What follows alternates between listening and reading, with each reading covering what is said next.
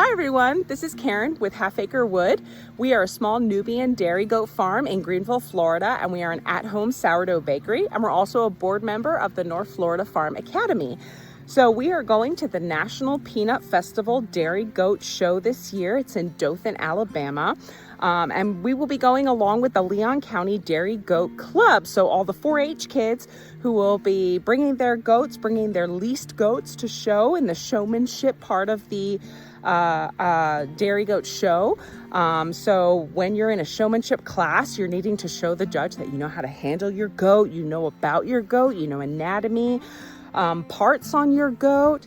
And so we're going to do a little video today, and we're going to show you kind of what you need to be practicing up until the show, what you need to be looking for, what you need to be learning. So let's go. So the most important item that you'll need to get to start practicing showmanship with your goat is a goat collar.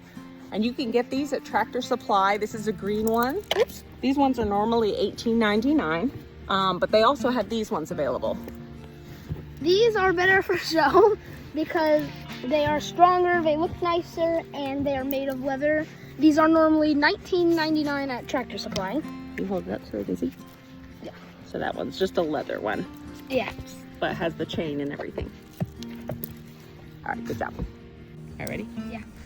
So Isaac here is my son. He is 12 years old. Okay.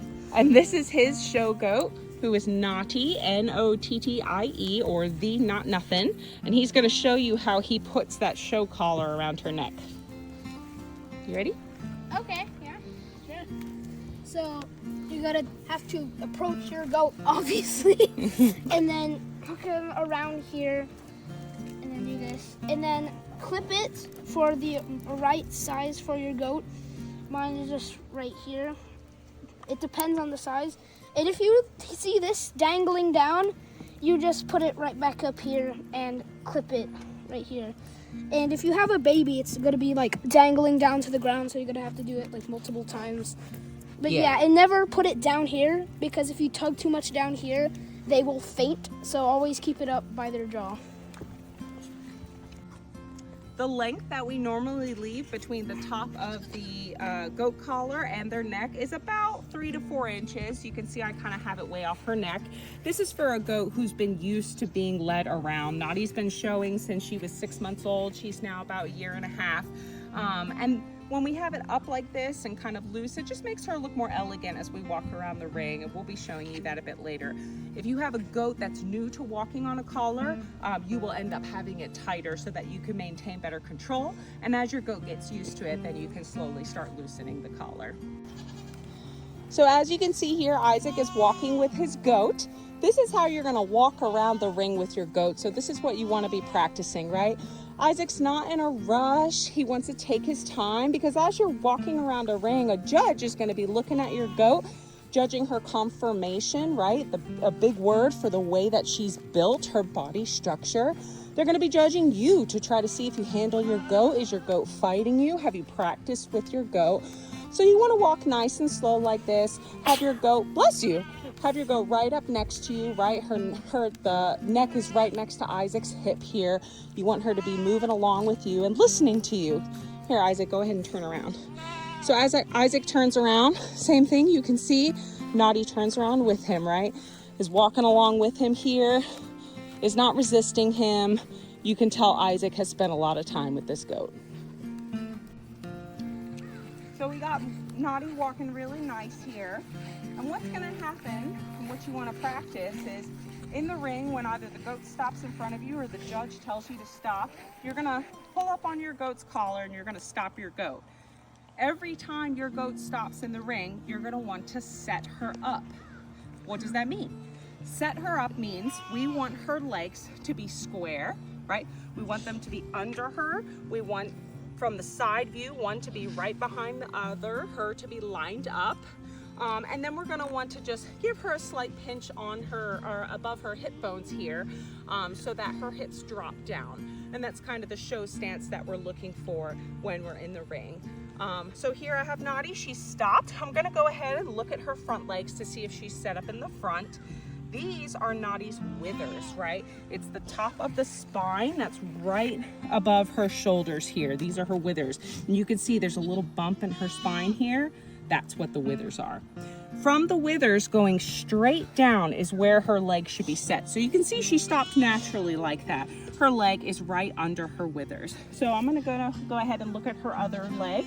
See that it's right parallel to her first leg, and I just moved it over a little bit because Naughty is very wide here, and that's something that we look for in dairy goats, right? We want them to be really strong and wide so they can support a lot of pregnancies, support their udder. We want them to be strong and stable.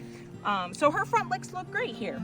I'm gonna go ahead and move to her back legs now. When I'm adjusting back legs, I reach over my goat to move the leg that's farthest away from me. And for the other one, I reach on the same side. And what I'm trying to do is I'm trying to get her hocks, this joint right here, her knee joint, but in the back is called the hock. I'm trying to get them right under the base of her tail. And she's got two bones here right at the base of her tail on either side, and those are called the pin bones. And I want the hock to drop right under her pin bones. So she's fidgeting right now. She's got some flies on her. So I'm gonna go ahead and move her back again. I am gonna stand her wide too, because another thing I want for her is to show off her width in the back. I wanna show the judge, sure, this is a goat who's never been in milk before, but she's gonna have a nice, wide, big udder. She's gonna have a lot of milk to produce because look how wide she stands. So I separate her. I have her hip, her hock falling right under her hip. I have her hock joint right at her pin bone right here. And then Isaac, if you come around to the side, we can show you that her legs are parallel to each other, right? We can see, whoops, if she'll stand still, there we go. We can see one leg lining up with the other leg. So Naughty is all set up. The last thing I'm gonna do is I'm gonna take my hands kind of like a claw, like this, and I'm gonna go right above her hip bones right here on her spine. And on either side of her spine, I'm gonna give her a little pinch. And when I do that, you can see her hip bones drop down. And that's the last thing I do to set her up. Why do I do that? Because it shows off her leg angularity as her hips drop. It flattens out her rump right here, which is something they're gonna be looking for as far as her build goes in the ring. And it makes her stand more uphill.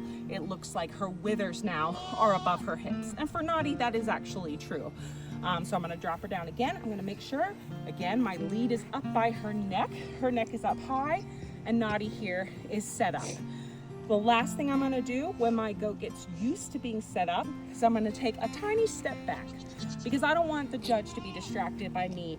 I want the judge to just look at how beautiful my goat is that I set up. Judge, look how beautiful my goat is. And please tell me how good and pretty my goat is. So as you can see, I have the collar right up against her jaw. This is because you have the most strength for your goat. And yeah, so if your goat starts pulling you around the ring, just always check where that collar is, because if it's down here, you could accidentally make them faint or pass out. And what my mom always says, you always gotta be more stubborn than the goat. So like Isaac explained, I got the collar right here up under her jaw, right at the top of her neck, right? If I got it down here, there's a pressure point you can trigger that can make her pass out. And also, she can then put her shoulders and put her chest into dragging me anywhere she wants to go. So you always want to make sure your collar is right up here, right under her jaw. That's the most important part of leading them around. Now, as you can see, I'm trying to show you that, but my body's in the way, blocking your vision from the goat, right? So always, when we are in the show ring, whether you're in a showmanship class or whether you're in a regular class, which is adults and kids mixed, you want to make sure you are on the opposite side of your goat than where the judge is. Do you see now? You can see my goat a lot better, huh? You can see my goat is behaving, my goat is walking along with me, she's not pulling me. Very well behaved. You can see I practiced with her. Again, if I stand in front of her, how much of my goat can you see? Can you see her shoulder? Can you see how nice and smooth she walks? No, because my body's in the way, right? I don't want the judge judging me. I want the judge to look at my goat. So always you want to make sure you are on the other side of your goat than where the judge is. And once again, anytime you stop in the ring, regardless of the reason, sometimes the goat in front of you will stop and start peeing of their own accord. So what do? You stop. You stop and let that goat pee. We're sweet to our animals, right? We're not gonna make them walk while they pee. But anytime you stop in the ring, we're gonna go ahead and set our goat up. We're gonna go ahead and make sure our goat is square, right?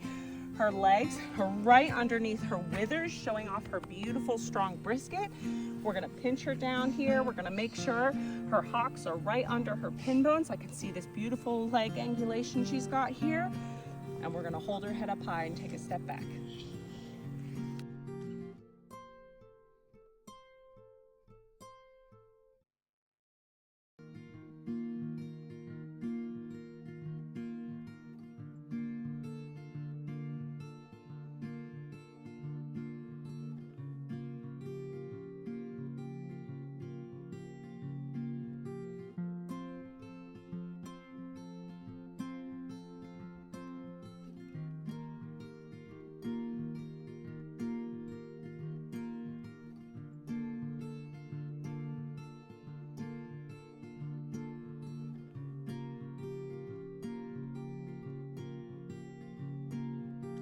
When you're right here on your goat and the judge goes around right there, and you just do that. You just turn around and switch hands. Right. To switch sides of your goat, if your judge walks around. So right now, Isaac, if I was the judge, Isaac would technically be on the wrong side of his goat. So what side should you be on if I'm the judge, right? The camera's the judge. Right, he will be on that side. And his goat stopped, right? So he would go and set his goat up, make sure his goat's head is held high and that she's standing square and that she's pinched down in the back and she looks right. Yeah, her goat collar is right up under her neck. Good. But if I'm the judge, I might walk around here because I might be looking at the goat and I might be testing Isaac to see, oh, does Isaac know he needs to be on the opposite side of his goat? And he does. So that's how you switch around. You switch hands, that's holding the collar, and you do kind of a 180 turn around the front of your goat. Hey, Isaac, do we ever go around the back of our goat to switch sides? No. It looks really stupid, and also it is insanely hard to do. That's exactly right. We've seen some kids lose their goats trying to go around the back. It's a lot harder. It's a lot more clunky. So you always want to switch around the front side of your goat. Yeah, the fire pit. So this is our little wether. And a wether is a term for a castrated boy goat. So he has been neutered, like your dog or cat would get neutered, right? Boy goats get neutered and they are called wethers, unless you're going to use them for breeding, in which case they're called bucks and they don't get castrated. So Siggy here is a wether. You never have wethers in shows. You can only show girl goats, and you can show unneutered boy goats as well, bucks, right? But only if there's a specific buck show part of the show that you're entering. So Siggy here, he has not really ever been led around. No one's ever practiced with him because he was never going to be in a show. So I'm kind of going to show you what it looks like to walk around a goat who hasn't been led yet, because some of you kids might have goats that you're starting out fresh with and you're going to have to teach them. So Siggy's had a little practice just with us moving around the farm, but you can see he really hasn't been worked with. He's a little resistant, right? I'm having to pull on him a little bit more to tell him where to go. He's trying to cross behind me. And how do you fix all these things is patience. You just come out every day, every couple days, right, for a little bit, and you come and you work with your goat. So what I'll do with Siggy, you can see right here, I got my collar up really high off his neck, right? But Siggy's not really been walked around. So I'm gonna have a lot more control if I tighten his collar up a little bit. So I'm gonna tighten it, not too tight. I still want maybe, here you go. I got a good 2 inches there between his neck and his, the top of the collar. But it's tighter, right? It's shorter so that I have better control of him. So then when I walk him, what I like to do, and there's several different ways to train a goat to walk, I like to give them a little tug, and once they start walking, I release my tug, right? So I'm giving a little pulse, they come this way, and then I'm kind of gently releasing pressure on his neck. And when he does that, I just let him do it. And when he's done, we go back. Because he's getting used to it, right? There's no point in fighting with him and pulling him around to try to teach him how to walk, right? The more I make this a fun, good experience for him, the better it's gonna go. So he just jumped again. All right, knocked him off of me. We're gonna try to walk again. Here you go. Start walking him along. And I'm very gentle on his neck when he's walking forward. Oh, you're walking forward, what a good boy. I'll let him walk. Now I'm gonna give him a little toe. Okay, now he's walking. I'm gonna loosen, right? He wants to walk quick, fine. Because he's walking forward. That's what I want him to do, right? Okay, now he's doing little weird things. All right, he's still moving forward. He's going behind me. I'm gonna pull him straight, and then I'm gonna release. And I'm gonna be really gentle on his neck as he walks. And I don't really care where we walk, right? We can walk around the whole farm any direction he wants. I just want him to learn, hey, when I tug on you, I just want you to move forward with me, right? Now what's happened to my collar? It's fallen down to the bottom of his neck, right? You can see he's coughing, right? I'm starting to trigger that pressure point. So I'm gonna raise it up to under his neck, and I'm gonna start walking again. He jumps, okay. He's pulling on me, my collar's slipping. I'm gonna go back to where it was, start walking. There we go, and I'm very gentle. He pulls, you know, I'm trying to adjust and pull his head up. Oh, there we go. I get a good walk, I'm gentle with it. And it's practice. It takes time, it takes patience. You'll be surprised that it doesn't really take that long. They learn very quickly. And you can always give them treats as well. If they're being good, reward them with animal crackers. We have found that a lot of our goats like animal crackers. We have some that like grapes. And raisins. Like raisins, yes. So find what your goat likes and reward them when they're out with you to show them, hey, this is actually a positive thing, you know? You don't have to fight me like Siggy's doing here. I just want you to walk with me, right? He's jumping on me. I just knock him off, and we start walking again. And we start walking again. There we go. And we start walking again. And we practice more and more. So, especially for a beginning goat like this, he's behaving like this, I'll probably go about, 5 minutes walking around my fields. Just giving him a tug and then releasing as he walks. There we go, that was good. This is another resistance technique.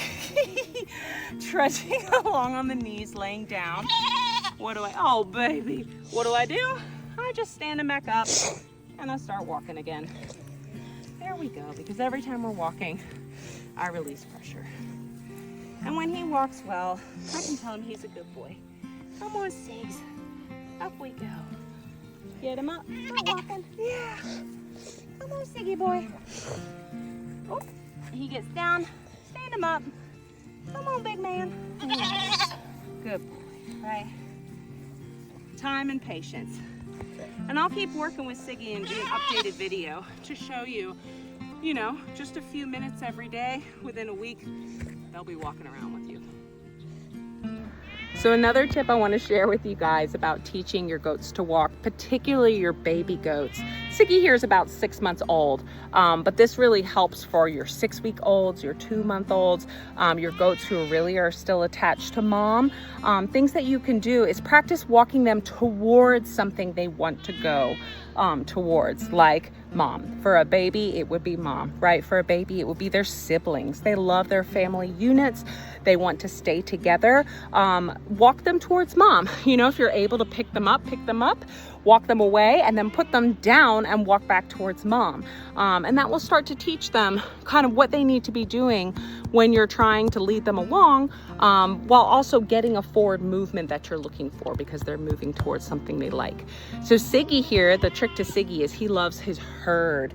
He is all about his herd. And because he's a castrated boy goat, he can go in my girls' field or he can go in my boys' field. And he always wants to be in the field that has more goats. Oh, bud, he's eating my hair. So this is his field right now behind me. He's in with the girl goats. There's about 10 goats in this field. So I'm gonna go ahead and walk him down the fence line towards his herd where he wants to go. And let's see if we get a little bit better of a result.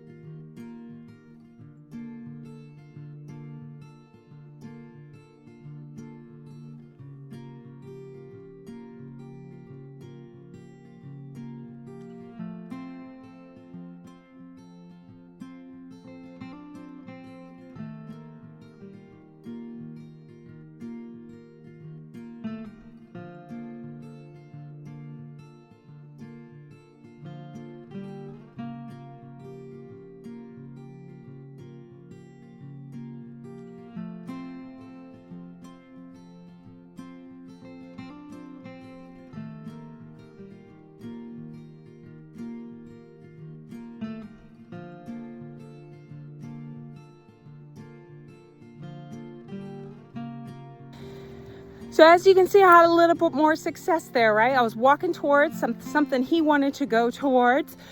He was going real quick. I don't care, right? He was moving forward. At times he laid down. I don't care, because he got back up and he started moving. And you could see I was giving him a lot of encouragement, a lot of pets. You know, spent a lot of time with Siggy. Siggy knows me and he enjoys being praised. He enjoys being loved on. So this is something that you can do a lot with your goat right now too. Really make sure you're bonded to your goat. Give your goats treats, brush your goats. Make sure they know who you are so that they trust you. So that was an introduction into leading your goat, and we're gonna do a little more practice with Siggy and post some more follow-up videos to kind of show you that patience, perseverance, continuing to work with them, not reacting when they do things like jump, lay down, just working with them steadily, encouraging them does give you good results. We'll end up with a goat who wants to walk for you. But there are a couple of other things that you need to be studying as well before the show. So let me show these to you. The first thing is the ADGA scorecard. So all of our sanctioned shows are under the American Dairy Goat Association. Your goat is registered with the American Dairy Goat Association, and they are abbreviated ADGA, ADGA. And what ADGA does is keeps track of genetics, of goat registrations, milk tests, linear appraisals, which are a whole different beast having to do with evaluating your goat. And they also put out this scorecard. They hire all the judges that are going to judge your goat in the ring, are going to judge you in a showmanship class, and they give us this chart to tell us exactly what they're going to be judging our goat on. So the first parts are what your goat will be judged on. So these pertain more to an open show. When you go into the kids show, which is called the showmanship part of the show, the judge is going to be looking at you and judging you and how you handle your goat. They're going to want to know, did you work with your goat? Did you study this scorecard? Do you know your anatomy? They may ask you questions, things like that. When you go into the open show, where adults and kids show, the judge focuses on the goat. And here are the things that they're going to be looking at. So you can see there's several categories: general appearance, dairy strength, body capacity, and memory system. And each of these groups has sub paragraphs under it to tell you exactly what the judge is looking for.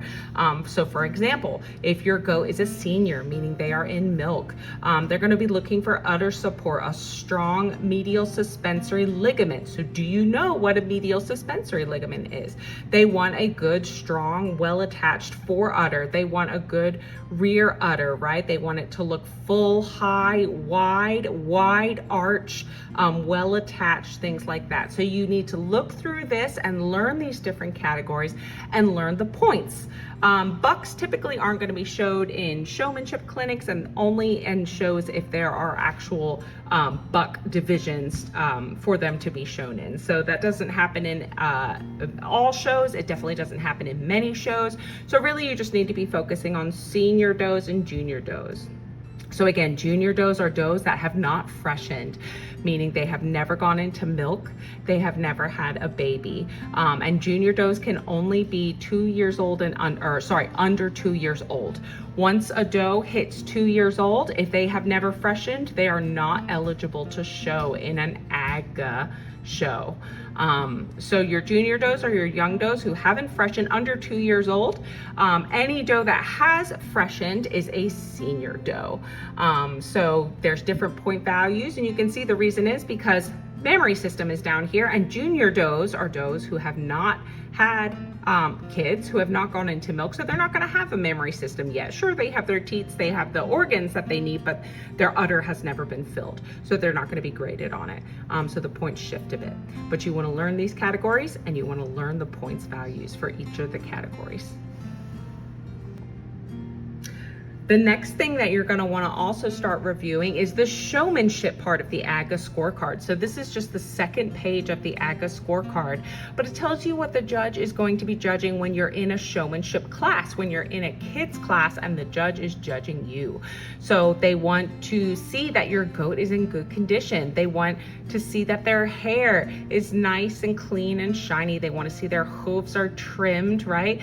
They have been neatly disbudded. They've been clipped. You're going to have to shave your goat for your show class. They want to see that your goat is clean. We typically go through and we wipe noses, we wipe ears, we wipe under tails with baby wipes, trying to make sure our goat is ready to go in the show.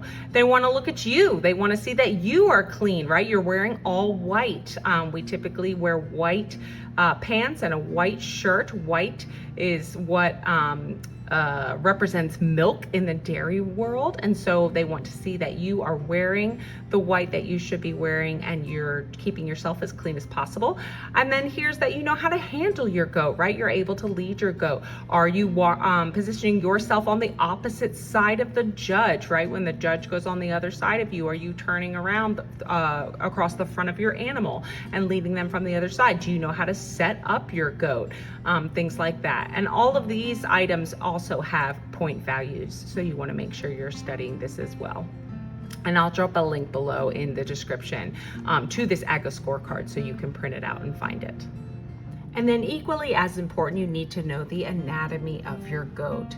So this is kind of a really good sheet to study and to look at to see where the different parts of your goat are. We can see that 29 right here is the withers. That's what we talked about, the part of the spine that has a bump, right? Right above the shoulders, here are the withers. Whereas this right here is called the chine. And this part of the back here before the hips is called the loin. And this part right here is called the rump, right? We need to know all of these parts of the goat so that if the judge quizzes us on it, we can tell him. We can tell him what we're looking at, right? We want to know the poll, which is the top of the head, and the bridge of nose, which is the nose right here. We want to know the brisket, which is the chest, or the crops, which is an advanced one, this muscle group right here behind the shoulder blade. The thurls is another big one, this point right here, which we use to measure width of the back of the goat to tell how wide the goat is. The hocks, which we talked about, need to be directly under the pin bones when we set up our goat, right? We want to make sure we know all goat anatomy. So thanks for joining us today. We hope you learned a lot from our video. We're looking forward to seeing you at Dothan Peanut Festival if you're going. And we'll be posting more videos on Siggy's progress and more tips and tricks depending on what you guys ask. You know, drop in the comments if you have more questions or concerns and anything that we can answer for you pertaining to showing your goat. All right. Thanks so much. Thank you. Bye. Bye.